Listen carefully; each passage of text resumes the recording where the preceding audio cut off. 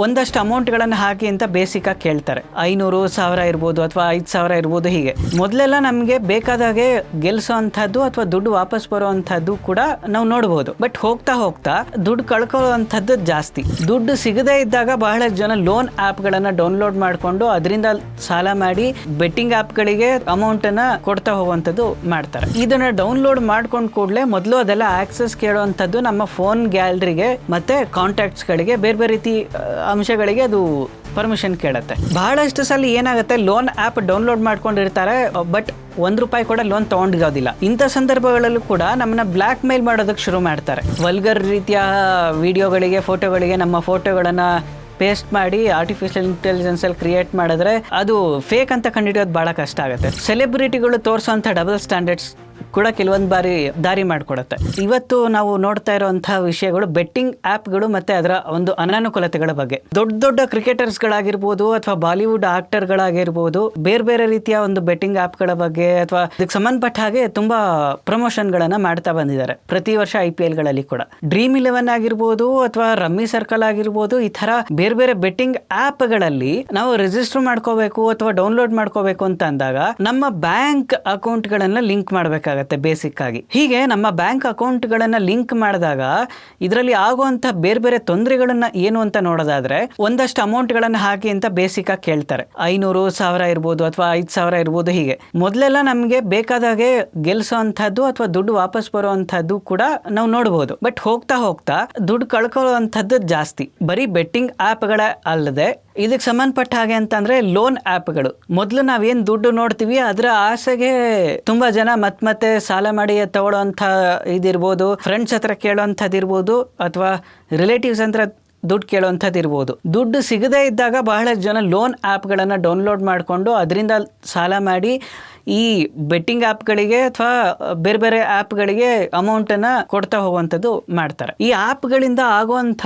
ಒಂದು negative impact ಅಥವಾ cyber ಫ್ರಾಡ್ಗಳು ಅಂತ ನೋಡೋದಾದ್ರೆ, ಇದನ್ನು ಡೌನ್ಲೋಡ್ ಮಾಡ್ಕೊಂಡು ಕೂಡಲೇ ಮೊದಲು ಅದೆಲ್ಲ ಆಕ್ಸೆಸ್ ಕೇಳುವಂಥದ್ದು ನಮ್ಮ ಫೋನ್ ಗ್ಯಾಲರಿಗೆ ಮತ್ತೆ ಕಾಂಟ್ಯಾಕ್ಟ್ಸ್ಗಳಿಗೆ ಬೇರೆ ಬೇರೆ ರೀತಿ ಅಂಶಗಳಿಗೆ ಅದು ಪರ್ಮಿಷನ್ ಕೇಳುತ್ತೆ. ಹೀಗೆ ನಾವು ಎಲ್ಲದಕ್ಕೂ ಎಸ್ ಅಂತ ಕೊಟ್ಟಾಗ ನಮಗೆ ಅರಿವಿಲ್ಲದೇನೆ ಕಾಂಟ್ಯಾಕ್ಟ್ಗಳು ಹೋಗ್ತಾ ಇರತ್ತೆ, ಫೋಟೋಸ್ಗಳು ಹೋಗ್ತಾ ಇರತ್ತೆ, ವಿಡಿಯೋಸ್ಗಳು ಕೂಡ ಹೋಗ್ತಾ ಇರತ್ತೆ. ಈಗ ಬಂದಿರೋ ಆರ್ಟಿಫಿಷಿಯಲ್ ಇಂಟೆಲಿಜೆನ್ಸ್ ಟೆಕ್ನಾಲಜಿಯಲ್ಲಿ ನಮ್ಮ ಒರಿಜಿನಲ್ ಫೋಟೋ ಯಾವುದು ಅಥವಾ ಫೇಕ್ ಮಾಡಿರೋ ಅಂಥದ್ದು ಯಾವುದು ಕೂಡ ತುಂಬಾ ಗೊತ್ತಾಗೋದಿಲ್ಲ. ಬಹಳಷ್ಟು ಸಲ ಏನಾಗುತ್ತೆ, ಲೋನ್ ಆ್ಯಪ್ ಡೌನ್ಲೋಡ್ ಮಾಡ್ಕೊಂಡಿರ್ತಾರೆ ಬಟ್ ₹1 ಕೂಡ ಲೋನ್ ತಗೊಂಡಿರೋದಿಲ್ಲ. ಇಂಥ ಸಂದರ್ಭಗಳಲ್ಲೂ ಕೂಡ ನಮ್ಮನ್ನ ಬ್ಲ್ಯಾಕ್ ಮೇಲ್ ಮಾಡೋದಕ್ಕೆ ಶುರು ಮಾಡ್ತಾರೆ. ನೀವು ಡೌನ್ಲೋಡ್ ಮಾಡ್ಕೊಂಡಿದ್ದೀರಿ, ದುಡ್ಡು ತಗೊಂಡಿದ್ದೀರಿ ಅಂತ ಹೇಳಿ ನಿಮ್ಮ ಕಾಂಟ್ಯಾಕ್ಟ್ಗಳಿಗೆ ಕಳಿಸ್ತೀವಿ, ವಾಟ್ಸ್ಆ್ಯಪ್ಗಳಿಗೆ ಕಳಿಸ್ತೀವಿ ಅಂತ ಬ್ಲ್ಯಾಕ್ ಮೇಲ್ ಶುರು ಮಾಡ್ತಾರೆ. ಅವ್ರಿಗೆ ಕಾಂಟ್ಯಾಕ್ಟ್ಗಳು ಅಥವಾ ನಮ್ಮ ಫೋಟೋಗಳು ಹೇಗೆ ಸಿಗುತ್ತೆ ಅಂತಂದ್ರೆ ಜಸ್ಟ್ ಡೌನ್ಲೋಡ್ ಮಾಡ್ಕೊಂಡ್ರು ಸಾಕು. ಇದು ತುಂಬಾ ದೊಡ್ಡ ಅಪಾಯ. IPL ನಡೆಯುವಂಥ ಸಂದರ್ಭದಲ್ಲಿರ್ಬೋದು ಅಥವಾ ಈ ಹೊಸ ಮೂವೀಸ್ಗಳು ಬರುವಂಥ ಸಂದರ್ಭದಲ್ಲಿರ್ಬೋದು ಅಥವಾ ಯಾವುದೇ ಚುನಾವಣೆಗಳು ನಡೆದಂಥ ಸಂದರ್ಭದಲ್ಲಿ ರಿಸಲ್ಟ್ಸ್ ಬರುವಂಥ ಟೈಮಲ್ಲಿ ಅಥವಾ ಎಲೆಕ್ಷನ್ ಪ್ರಿಡಿಕ್ಷನ್ ನಡೆಯುವಂಥ ಟೈಮಲ್ಲಿ ಅಥವಾ ಎಲೆಕ್ಷನ್ ರಿಸಲ್ಟ್ಸ್ ಬರುವಂಥ ಟೈಮಲ್ಲಿ ಈ ಬೆಟ್ಟಿಂಗ್ಗಳು, ಆನ್ಲೈನ್ ಬೆಟ್ಟಿಂಗ್ಗಳು ನಡೆಸುವಂಥ ಕಂಪ್ನಿಗಳು ತುಂಬಾ ಇವೆ. ಇದಕ್ಕೆ ಭಾರತ ಸರ್ಕಾರ ಕಡಿವಾಣ ಹಾಕುತ್ತಾ ಹಾಕಲ್ವಾ? ಇದ್ರ ಬಗ್ಗೆ ನೋಡೋದಾದ್ರೆ ಭಾರತ ಸರ್ಕಾರ ತುಂಬಾ ರೂಲ್ಸ್ ಮತ್ತೆ ರೆಗ್ಯುಲೇಷನ್ಸ್ ತರ್ತಾ ಇದೆ. ಆಗಿಂದಾಗೆ ತುಂಬಾ ಆ್ಯಪ್ಗಳನ್ನು ಕೂಡ ಡಿಲೀಟ್ ಮಾಡ್ತಾ ಇದೆ.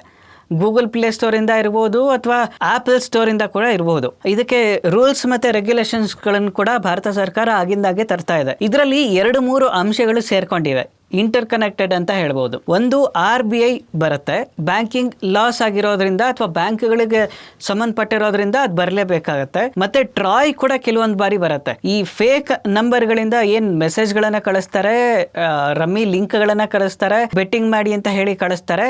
ಸೊ ಈ ಕಡಿವಾಣ ಹಾಕ್ಲಿಕ್ಕೆ ಟ್ರಾಯ್ ಫೀಚರಿಗೆ ಬರುತ್ತೆ. ಇದು ಬಿಟ್ಟು ಇನ್ಫಾರ್ಮೇಶನ್ ಟೆಕ್ನಾಲಜಿ ಆಕ್ಟ್ ಆಗಿರ್ಬೋದು ಅಥವಾ DPDP act, digital personal data protection act, ಇದು 2025ರಲ್ಲಿ ಈ ವರ್ಷ ಅಮೆಂಡ್ಮೆಂಟ್ ಆಗಿ ಹೊಸ ರೂಪದಲ್ಲಿ ಬರ್ತಾ ಇದೆ. ಈ ಹೊಸ ರೂಪದಲ್ಲಿ ಬರ್ತಾ ಇರೋದು ಬೆಟ್ಟಿಂಗ್ ಆ್ಯಪ್ಗಳಿರ್ಬೋದು ಅಥವಾ ರಮ್ಮಿ ಸರ್ಕಲ್ ಆ್ಯಪ್ಗಳಿರ್ಬೋದು, ಹೀಗೆ ಬಹಳಷ್ಟು ಆ್ಯಪ್ಗಳಿಗೆ ಕಡಿವಾಣ ಹಾಕಲಿಕ್ಕೆ ಈ ಕಾಯ್ದೆ ಅಥವಾ ಈ ಆಕ್ಟ್ ಮೇಜರ್ ಆಗಿ ಕೆಲಸ ಮಾಡುತ್ತೆ ಅಂತ ಹೇಳ್ಬೋದು. ಬರೀ ಆ್ಯಪ್ಗಳೇ ಅಲ್ಲದೆ ನೀವು ವೆಬ್ಸೈಟಲ್ಲಿ ಕೂಡ ಲಾಗಿನ್ ಆಗಿ ಮಾಡ್ಬೋದು. ಆಮೇಲೆ ಬಹಳಷ್ಟು ರೀತಿ ದುಡ್ಡು ಕೂಡ ಮಾಡುವಂಥ ಚಾನ್ಸಸ್ ಇರುತ್ತೆ ಅಂತ ಕೂಡ ಬಹಳಷ್ಟು ರೀತಿಯಲ್ಲಿ ಮೋಸ ಮಾಡಲಿಕ್ಕೆ ಪ್ರಯತ್ನ ಮಾಡ್ತಾರೆ. ಇದನ್ನು ತಡೆಯೋದು ಹೇಗೆ ಅಥವಾ ನಿಜವಾಗ್ಲೂ ನಂಬೋದು ಹೇಗೆ ಅಂತ ಅಂದ್ರೆ, ಆದಷ್ಟು ಈ ಥರ ಆ್ಯಪ್ಗಳನ್ನು ಡೌನ್ಲೋಡ್ ಮಾಡ್ಕೊಳ್ದಲ್ಲೇ ಇರುವಂಥದ್ದು ಒಳ್ಳೆಯದು. ಬೆಟ್ಟಿಂಗ್ ಆ್ಯಪ್ ಅಥವಾ ಅದನ್ನು ಗೀಳು ಹಚ್ಚಲಿಕ್ಕೆ ಶುರು ಮಾಡ್ತಾರೆ. ಮೊದಲು ದುಡ್ಡು ಕೊಡೋಕ್ಕೆ ನೋಡಿ ಗೀಳ್ ಶುರು ಮಾಡ್ತಾರೆ. ಅದು ಗೆಲ್ತಾ ಇದ್ದೀವಿ ಅಂತ ಅನ್ಕೊಡ್ಲೆ ಅಥವಾ ದುಡ್ಡು ಬರ್ತಾ ಇದೆ ಅಂತ ಅನ್ಕೊಡ್ಲೆ ನಮಗೆ ಜನಸಾಮಾನ್ಯರು ಏನು ಮಾಡ್ತಾರೆ, ಇದು ತುಂಬಾ ಲಕ್ಷಗಟ್ಟಲೆ ನಮಗೆ ವಾಪಸ್ ಬರುತ್ತೆ ಅನ್ನೋ ಕಾರಣಕ್ಕೆ ಕೂಡ ಹೆಚ್ಚೆಚ್ಚು ಹಣವನ್ನ ಲೋನ್ ಆ್ಯಪ್ಗಳಿಂದ ಕೂಡ ತಂದು ಹಾಕ್ಲಿಕ್ಕೆ ಶುರು ಮಾಡ್ತಾರೆ. ಈ ಲೋನ್ ಆ್ಯಪ್ಗಳದ್ದು ಇನ್ನೊಂದು ಡಿಸ್ಅಡ್ವಾಂಟೇಜ್ ಏನಂದ್ರೆ ಬೆನ್ ಬೀಳ್ತಾರೆ. 5,000 ತಗೊಂಡಿರ್ಲಿ 10,000 ತಗೊಂಡಿರ್ಲಿ ಅವ್ರಿಗೆ ವಾಪಸ್ ಕೊಡಬೇಕಾದಂಥದ್ದು 10,000 ತಗೊಂಡಿದ್ರೆ ಹೆಚ್ಚು ಕಡಿಮೆ 50,000 ರಿಂದ 60,000 ತಗೋತಾರೆ, ವಾಪಸ್ ಕೊಡಬೇಕಾಗತ್ತೆ. ಹೀಗೆ ಕೊಡಕ್ ಆಗದೆ ಇದ್ದಾಗ ಬ್ಲಾಕ್ ಮೇಲ್ಗಳನ್ನು ಕೂಡ ಶುರು ಮಾಡ್ತಾರೆ. ಒಂದು ನಿಮ್ಮ ಫೋಟೋ ಮಾರ್ಫಿಂಗ್ ಮಾಡ್ತೀವಿ ಅಂತ ಅಂಥದ್ದಾಗಿರ್ಬೋದು, ಅಥವಾ ಬೇರೆ ಬೇರೆ ರೀತಿಯ ಬ್ಲಾಕ್ ಮೇಲ್ಗಳು ಶುರು ಮಾಡ್ತಾರೆ. ವಲ್ಗರ್ ರೀತಿಯ ವಿಡಿಯೋಗಳಿಗೆ ಫೋಟೋಗಳಿಗೆ ನಮ್ಮ ಫೋಟೋಗಳನ್ನು ಪೇಸ್ಟ್ ಮಾಡಿ ಆರ್ಟಿಫಿಷಿಯಲ್ ಇಂಟೆಲಿಜೆನ್ಸಲ್ಲಿ ಕ್ರಿಯೇಟ್ ಮಾಡಿದ್ರೆ ಅದು ಫೇಕ್ ಅಂತ ಕಂಡುಹಿಡಿಯೋದು ಭಾಳ ಕಷ್ಟ ಆಗುತ್ತೆ. ಸೊ ಹಾಗಾಗಿ ಇದನ್ನು ನಮ್ಮ ಕಾಂಟ್ಯಾಕ್ಟ್ಗಳಿಗೆ ಅಥವಾ ಸೋಷಿಯಲ್ ಮೀಡಿಯಾಗಳಲ್ಲಿ ಹಂಚಲಿಕ್ಕೆ ಕೂಡ ಸಾಕು. ಸೊ ಈ ರೀತಿ ನಮ್ಮ ಬೆಟ್ಟಿಂಗ್ ಆ್ಯಪ್ಗಳಿರ್ಬೋದು ಅಥವಾ ಸೆಲೆಬ್ರಿಟಿಗಳು ತೋರಿಸೋಂಥ ಡಬಲ್ ಸ್ಟ್ಯಾಂಡರ್ಡ್ಸ್ ಕೂಡ ಕೆಲವೊಂದು ಬಾರಿ ದಾರಿ ಮಾಡಿಕೊಡುತ್ತೆ. ಕೆಲವೊಂದು ಸೆಲೆಬ್ರಿಟಿಗಳು ಹೇಳೋದು, ಈ ಒಂದು ಪ್ರಾಡಕ್ಟ್ ಯಾವುದೋ ಒಂದು ಸಾಫ್ಟ್ ಡ್ರಿಂಕ್ಸ್ ಪ್ರಮೋಷನ್ ಮಾಡ್ತಾರೆ ಅಂತಂದ್ರೆ ಇದನ್ನು ಕುಡೀರಿ ಅಂತ ಪ್ರಮೋಷನ್ ಒಂದ್ ಕಡೆಗೆ ಮಾಡ್ತಾರೆ. ಅದೇ ರೀತಿ ಇನ್ನೊಂದು ಶೋಗ್ ಹೋದಾಗ ಕಾಫಿ ಅಥವಾ ಟೀ ಕೊಟ್ಟಾಗ ಇದರಲ್ಲಿ ಸಕ್ಕರೆ ಅಂಶ ಜಾಸ್ತಿ ಇದೆ ಅಂತ ಹೇಳಿ ಇದನ್ನ ಕುಡಿಯೋದಿಲ್ಲ ಅಂತ ಕೂಡ ಮಾತಾಡ್ತಾರೆ. ಇಲ್ಲಿ ನಮಗೆ ಅವರ ಡಬಲ್ ಸ್ಟ್ಯಾಂಡರ್ಡ್ಸ್ ಗೊತ್ತಾಗುತ್ತೆ. ಅವ್ರು ಫಾಲೋ ಮಾಡೋದೇ ಒಂದು, ಬಟ್ ಜನಕ್ಕೆ ತೋರಿಸೋದೇ ಒಂದು, ಜನರನ್ನು ಮೂರ್ಖರನ್ನಾಗಿ ಮಾಡುವಂತಹದ್ದು ಒಂದು. ಈ ಬೆಟ್ಟಿಂಗ್ ಆ್ಯಪ್ಗಳಿಂದ ತುಂಬಾ ದುಡ್ಡು ಸಿಗತ್ತೆ ಅವ್ರಿಗೆ, ಸೆಲೆಬ್ರಿಟಿಗಳಿಗೆ. ಹಾಗಾಗಿ ಅವ್ರಿಗೆ ಪ್ರಮೋಷನ್ ಆದ್ರೆ ಸಾಕು, ಅಡ್ವರ್ಟೈಸ್ಮೆಂಟ್ ಆದ್ರೆ ಸಾಕು ಅನ್ನೋ ಹಾಗೆ. ಬಟ್ ಜನ ಅವೇರ್ನೆಸ್ ತಗೊಳ್ಳೋದ್ರವರೆಗೂ ಈ ರೀತಿ ಮೋಸಕ್ಕೆ ಒಳಗಾಗುವಂಥದ್ದು ಕಾಮನ್ ಆಗಿರುತ್ತೆ.